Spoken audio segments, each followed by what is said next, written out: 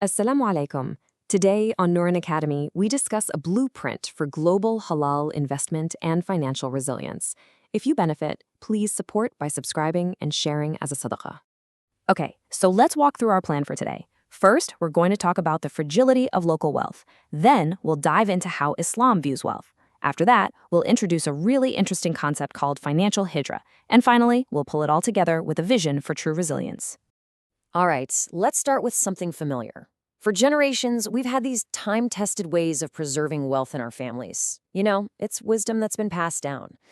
But here's the big question we have to ask. In the world we live in now, is that enough? And that really is the heart of the matter, isn't it? It's a question we should all be thinking about. Are the ways we've structured our finances really strong enough to handle the pressures and shocks of today's world? You've seen these pillars before, right? It's what our elders taught us. Gold for that deep sense of security, land because it provides stability, a bit of cash, for those unexpected emergencies, and of course, the local businesses that support our families. This is all built on real-world experience, on holding things that are tangible. But here's the catch. When everything's calm, having all your wealth right there where you can see it and touch it, well, it feels incredibly safe. But what happens when things become unstable? Suddenly, those very same qualities, being local, being visible, being physical, they flip and become huge weaknesses. What was a safe asset can, almost overnight, become a massive liability.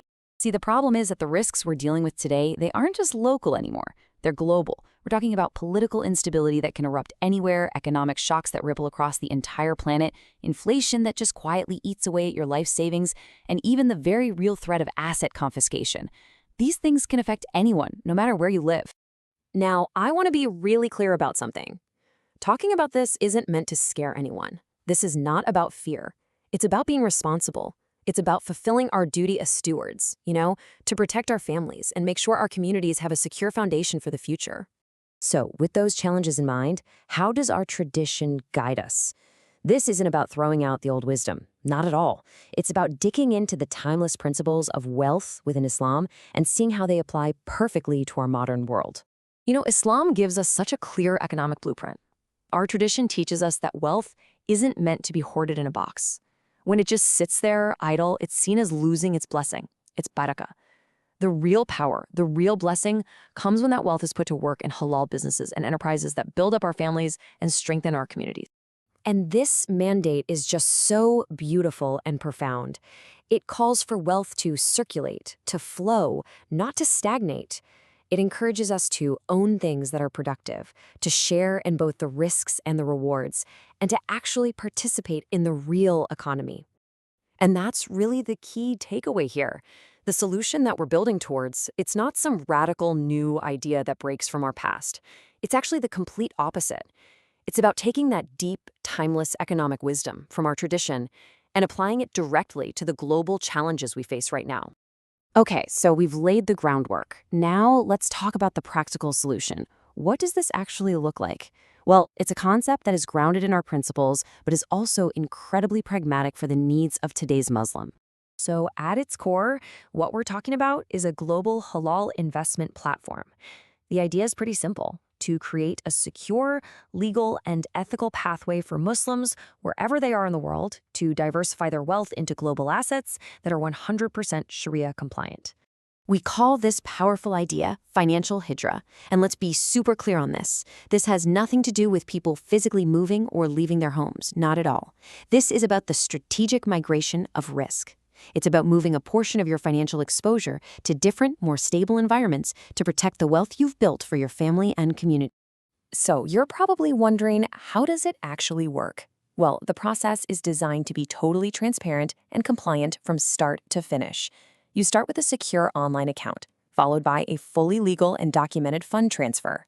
The money then sits in an interest-free custody account, and only then is it invested into carefully selected halal assets. For something like this to work, trust is absolutely everything. It has to be built on rock-solid Sharia governance. That means having an independent Sharia board, constantly screening every single asset, automatically purifying any tiny bit of non-halal income that might come in, and providing full, transparent reporting. No shortcuts. So let's zoom out and look at the big picture here. What's the ultimate vision? It's about building layers of financial strength, starting with the individual, moving to the family, and scaling all the way up to the global Ummah. So why are global halal assets so important? Well, think about it. They give you what local assets often can't. You get geographic diversification, so you're not exposed to a single country's problems. You get high liquidity, meaning you can access your money when you need it. You get strong legal protections, and your assets can't be physically seized or destroyed. And all of this is done with the goal of achieving long-term halal growth. An impact of this is felt on every level. For an individual, it's about protecting your savings from inflation. For a family, it's about being able to plan for your children's education and build wealth that lasts for generations. And for the Ummah as a whole, it means more financial independence and the power to build stronger, more resilient institutions. The reality is pretty stark. When the Ummah is financially fragmented, with everyone just doing their own thing, we are vulnerable. But an Ummah that is financially organized, connected, and strategic, well, that is an Ummah that is truly resilient. And I think this is the perfect thought to end on. We as an Ummah are blessed with so many brilliant ideas and thinkers. We're not short on ideas. What we truly need now are builders. We need people who can take these solid, principled ideas and execute on them with excellence to create real solutions that truly serve our people. Presented and created by Nooran Studio.